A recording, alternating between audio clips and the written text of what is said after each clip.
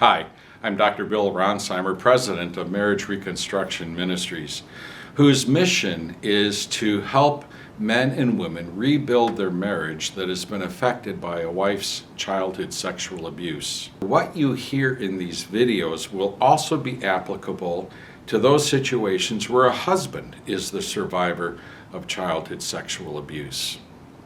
This is the first in a series of 7 to 10 minute videos. The aim of these videos is to educate, to validate, and to navigate. To educate friends and spouses of survivors as to what it is like to be in the survivor's shoes. Also, to validate the survivors themselves. And then thirdly, to navigate, to guide survivors and spouses through those daily challenges that occur in their marriages so that they can move towards a pathway of individual and marital healing. Every survivor has their own story, their own unique experience of abuse, and their own set of effects from that abuse. There are many effects and long-term effects of childhood sexual abuse. You can see on the screen a list of many of those effects. But if there is one single common effect, I would say that it is shame. Mark was bringing his daughter home for a weekend visit from college, and as they got to the house, he expected his wife to be there with arms wide open, smile on her face, ready to greet their daughter, but she was nowhere to be seen. They brought their daughter's luggage into the house, and still, his wife was nowhere.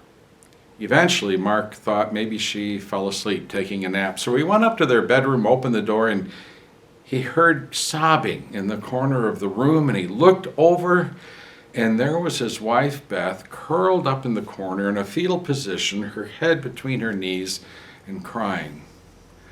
Mark went over there, he knelt down, he held her, and Beth began to speak of the past abuse that had extended over years in her childhood and youth.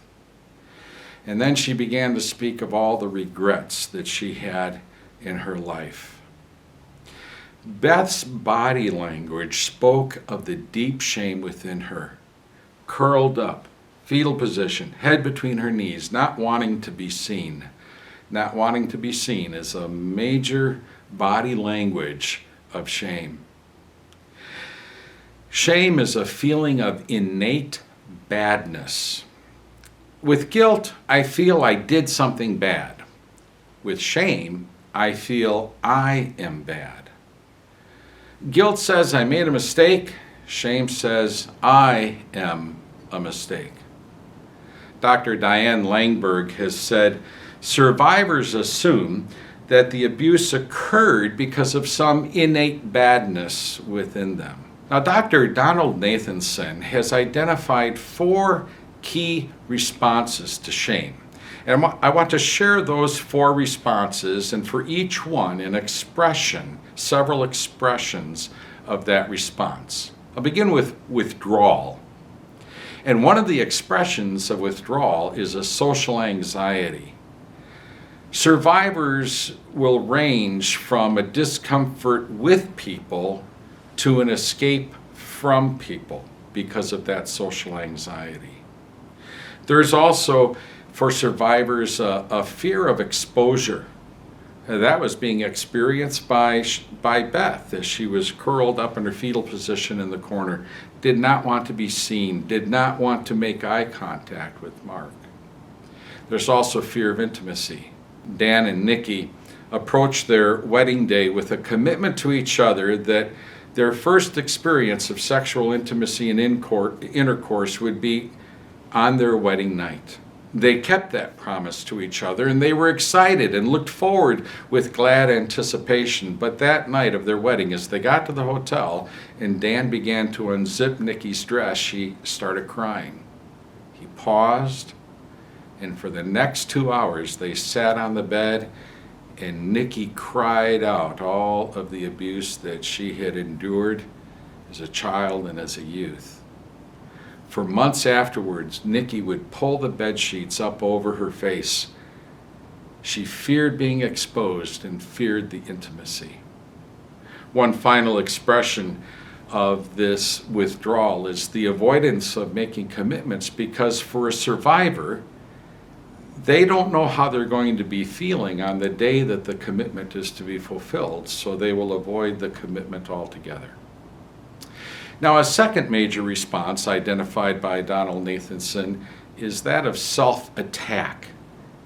And an expression of that is self-injurious behavior, cutting being one of the forms. Survivors engage in cutting because they feel the body is to be punished. Their body somehow, in their thoughts, was attractive to the perpetrator. And if it wasn't attractive, the perpetrator would not have abused them, which is not true. But nevertheless, with that assumption, they will punish their body. Or there might be confusion over the fact that physical sensations occurred in the survivor as they were being abused. So my body must be bad, it must be punished. Another means of self-attack would be the suicidal ideation. Or it might be feeling distant from God because I'm so unlovable to God. Self-attack also comes in the form of anger itself, which then leads to depression and anxiety.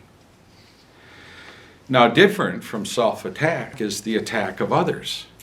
That's another major response. In this case, the tables get turned. I'll attack you. And here, the survivor may feel distant from God again, but not because they feel unlovable, but rather they feel angry towards God for how could he just sit there while the abuse was occurring. They may also express this attack of others by responding defensively to the most minor feedback that might be given to them. Because they don't want correction, they're already feeling bad enough about themselves, so they'll turn it back and attack the other. And this is why many spouses of survivors will speak about walking on eggshells or feeling that the tables have been turned on them. Now, a fourth major response to shame is that of avoidance. And avoidance can be expressed through addictions, addiction to alcohol, addiction to drugs, in order to block the pain. Or they may block the pain through compulsive behaviors, such as workaholism or shopping or list making or sexual addictions or eating disorders. And then a final expression of this avoidance would be getting stuck in codependent relationships or behavior. Because I prefer to avoid my pain and focus on your pain, and then I become codependent as I make your pain one of the key things about my life.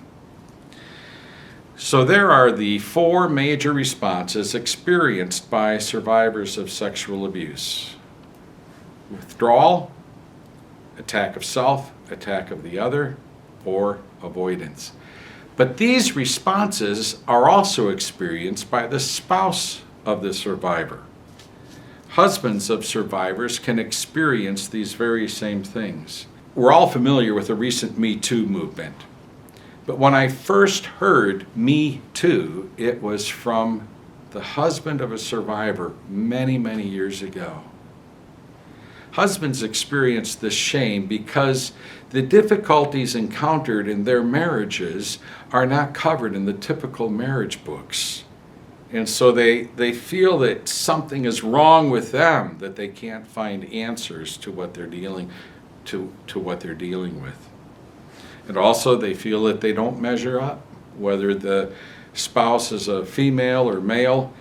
If the other is a survivor, the one who's the non-survivor will feel that they just can't do enough, that there must be something wrong with them, but they don't know what it is. In the next few days, do a self-assessment and look at what your responses are. Where's the default? Is it with withdrawal? Is it attack self? Is it attack others? Or is it avoidance? In my next video, we're going to explore how shame can be resolved.